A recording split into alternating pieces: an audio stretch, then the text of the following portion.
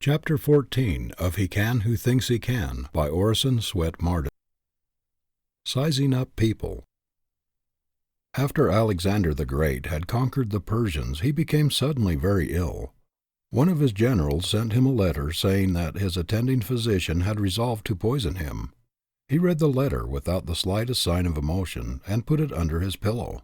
When the physician came and prepared medicine, Alexander said he would not take it just then, but told him to put it where he could reach it, and at the same time gave him the letter from his general. Alexander raised himself on his elbow and watched the physician's face with the most searching scrutiny, looking into his very soul, but he did not see in it the slightest evidence of fear or guilt. He immediately reached for the medicine bottle, and without a word drank its contents. The amazed physician asked him how he could do that after receiving such a letter. Alexander replied, "Because you are an honest man." Alexander was a remarkable student of human nature. He knew men and the motives which actuated them. He could read the human heart as an open book. The art of all arts for the leader is this ability to measure men, to weigh them, to size them up, to estimate their possibilities, to place them so as to call out their strength and eliminate their weakness. This is the epitaph which Andrew Carnegie has chosen for himself. "Here lies a man who knew how to get around him men much cleverer than himself." People wonder how a Morgan, a Harriman, a Ryan, a Wanamaker can carry on such prodigious enterprises. The secret lies in their ability to project themselves through a mighty system, and to choose men who will fit the places they are put in, men who can carry out their employer's program to the letter. Marshall Field was always studying his employees and trying to read their futures. Nothing escaped his keen eye. Even when those about him did not know what he was thinking of them, he was taking their measure at every opportunity. His ability to place men, to weigh and measure them, to pierce all pretense, amounted to genius. When he missed a man from a certain counter, he would often ask his manager what had become of him. When told that he was promoted, he would keep track of him until he missed him again, and then would ask where he was. He always wanted to see how near the man came to his estimate of him. He thus kept track of men of promise in his employ and watched their advancement. In this way he became an expert in human nature reading. Mr. Field would sometimes pick out a man for a position the choice of whom his advisers would tell him they thought was a mistake. But he was nearly always right, because he had a greater power of discernment than the others. He did not pay much attention to the claims of the applicant, or to what he said, because he could see through the surface and measure the real man. He had a wonderful power for taking a man's mental caliber. He could see in which direction his strength lay, and he could see his weak points as few men could. A man who had been his general manager for many years once resigned very suddenly to go into business for himself. Without the slightest hesitation or concern, Mr. Field called to his office a man whom he had been watching, unknown to the man, for a long time. With very few words he made him general manager, and so great was his confidence that he had measured the man correctly that the very next day he sailed for Europe. He did not think it necessary to wait and see how this new manager turned out. He believed he had the right man and that he could trust him. He was not disappointed. Men who are capable of succeeding in a large way are shrewd enough to know that they do not know it all, shrewd enough to employ men who are strong where they are weak, to surround themselves with men who have the ability which they lack, who can supplement their weakness and shortcomings with strength and ability. Thus, in their combined power, they make an effective force. Many men, because of their inability to read human nature, duplicate their own weaknesses in their employees, thus multiplying their chances of failure. Few men are able to see their own weaknesses and limitations, and those who do not surround themselves with men who have the same weak links in their character, and the result is that their whole institution is weak. A leader must not only be able to judge others, but he must also be able to read himself, to take an inventory of his own strong points and weak points. Men who have been elected to high office or to fill very important positions at the head of great concerns because of their recognized ability have often disappointed the expectation of those who placed their hopes in them. simply because they could not read people. They may have been well educated, well posted, strong intellectually, may have had a great deal of general ability, but they lacked the skill to read men, to measure them, to weigh them, to place them where they belonged. Grant was cut out for a general, a military leader, but when he got into the White House he felt out of place. He was shorn of his great power. He could not use his greatest ability. He was obliged to depend too much upon the advice of friends. The result was that, as president, he did not maintain the high reputation he had made as a general. If he had had the same ability to read politicians and to estimate men for government positions that he had for judging of military ability, he would have made a great president. But he felt his weakness in the position which he was not fitted by nature to fill, and made the fatal mistake of putting himself into the hands of his friends. The young man starting out for himself ought to make a study of his power of penetration, of his character-reading ability. He ought to make it a business to study men, to estimate their capabilities and the motives which actuate them. He should scrutinize their actions, watch their tendencies in little things, and learn to read them as an open book. The involuntary acts and natural manner of a man indicate more than does his studied conversation. The eye cannot lie. It speaks the truth in all languages. It often contradicts the tongue. While the man is trying to deceive you with words, his eyes are telling you the truth. His actions are indicative of the real man, while the tongue may only represent the diplomat, the man who is acting. A very successful businessman in New York, noted for his ability to read men, will sometimes study an applicant for an important position for a long time, talking very little himself, but all the time trying to call the man out, watching every moment, scrutinizing every word, trying to read the motive behind every glance of the eye.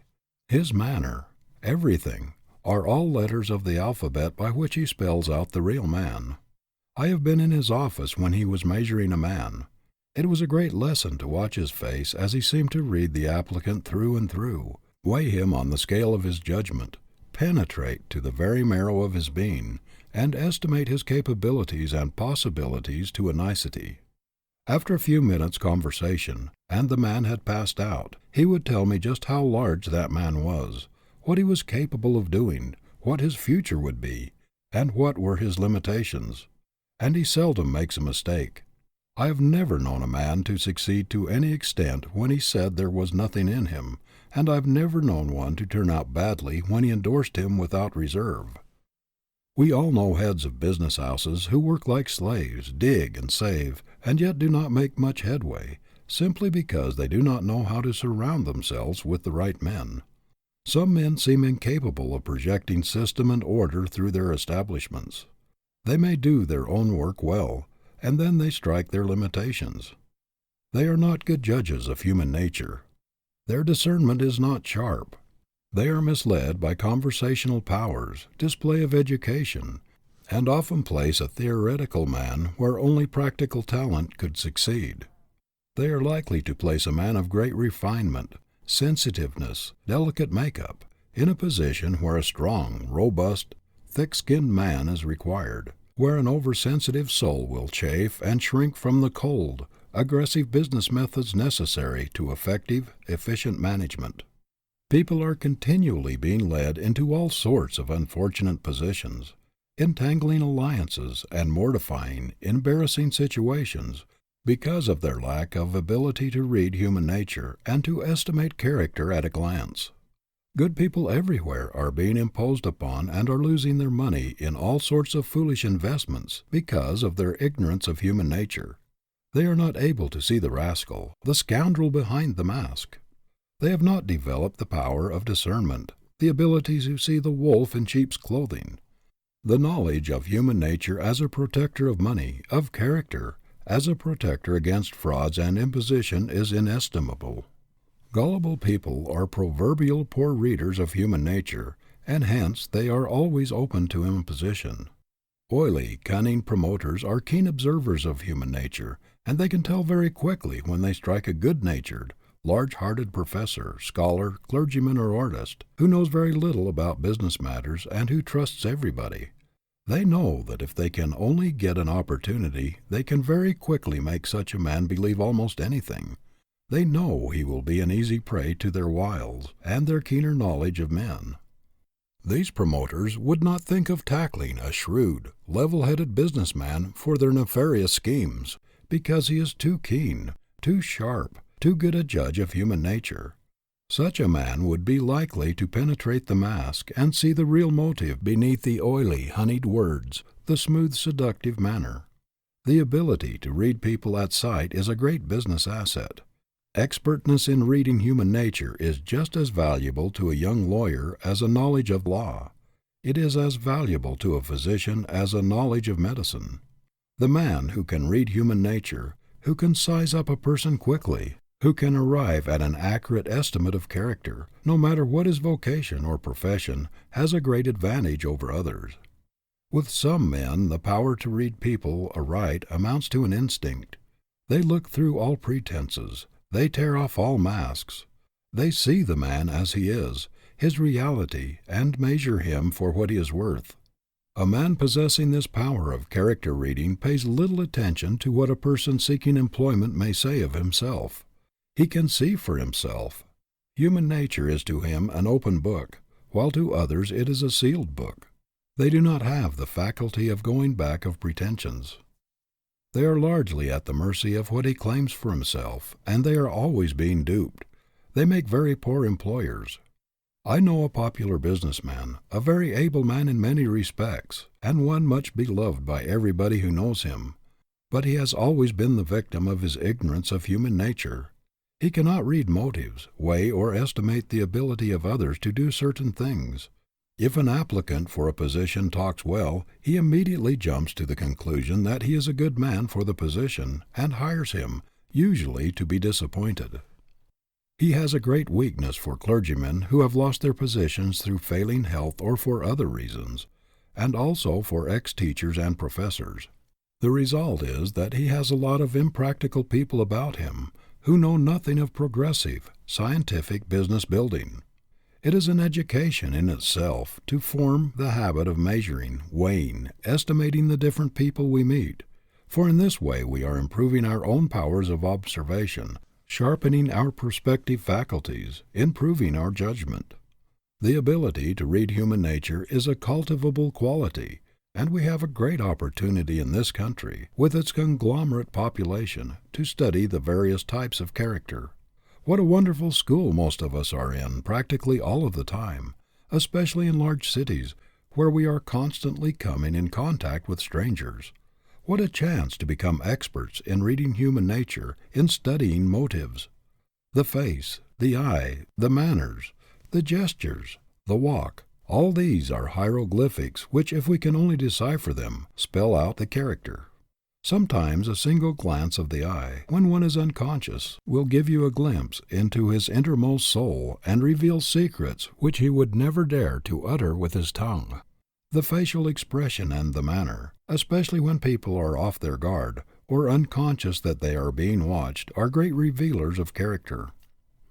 You will find, as you become an expert in face study, in reading character, human nature, that you will develop marvelous skill in seeing things which you never noticed before. You will be able to protect yourself from the promoter, the insinuating man who is trying to persuade you into something which may not be to your benefit, but which will be to his. You will be able to discriminate between friendship and duplicity. You will be able to protect yourself from 1,000 annoyances and embarrassments and humiliations which might cripple your career. How many people are living in poverty, are wretched, homeless today because they could not read human nature and were robbed of their property and their rights? To discern the difference between the false and the true, to place the right values upon men, to emphasize the right thing in them, to discriminate between the genuine and the pretended, is an accomplishment which may be worth infinitely more to you than a college education without this practical power, and may make all the difference to you between success and failure, happiness and misery. End of chapter 14.